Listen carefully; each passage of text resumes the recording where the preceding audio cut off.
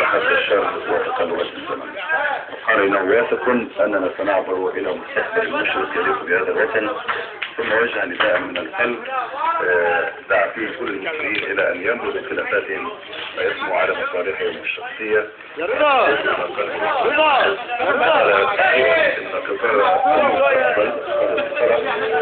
ويسعى جميعا ومن يتكلم عن اللحافل وتحمل الوحدة إذا لا ولا مبادرات أدعو على الرصاص ليس المؤقت. وشك يالا اوعى يالا اوعى يالا والله زي محمد حسني كلبوش كمان والدك يالا افتح يا امير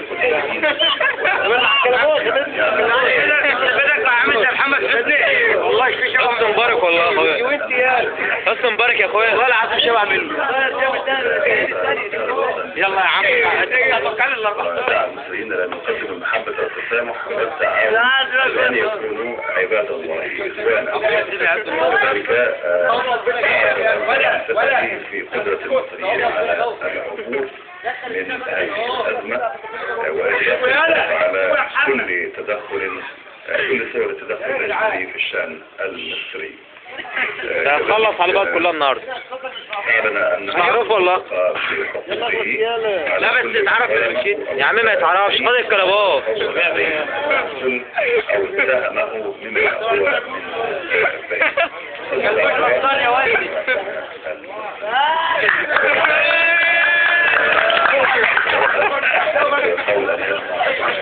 هو كل المنطقة المبادرة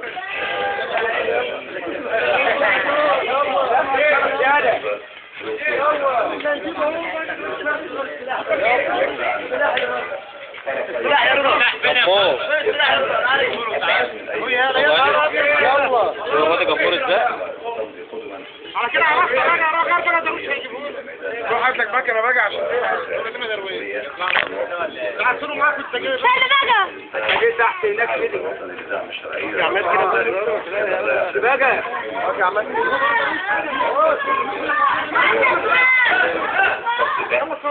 وبالتالي سيستمر في الاعتصام في الميادين احفظها طيب الى ان يعود الرئيس الشرعي في رئيس اتحاد الوطني للدعم الشرعي وهو الدكتور محمد مرسي الى رئاسة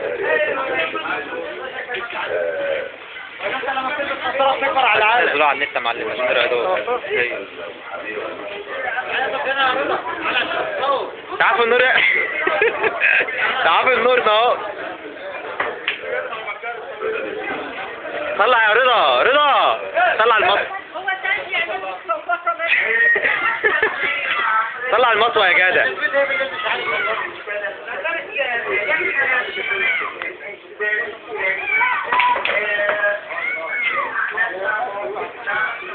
جالها عدة الشغل خد رواه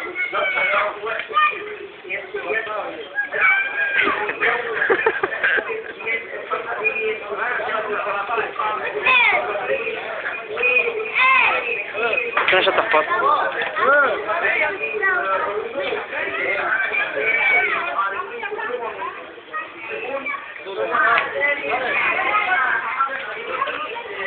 خد رواه خد احفظ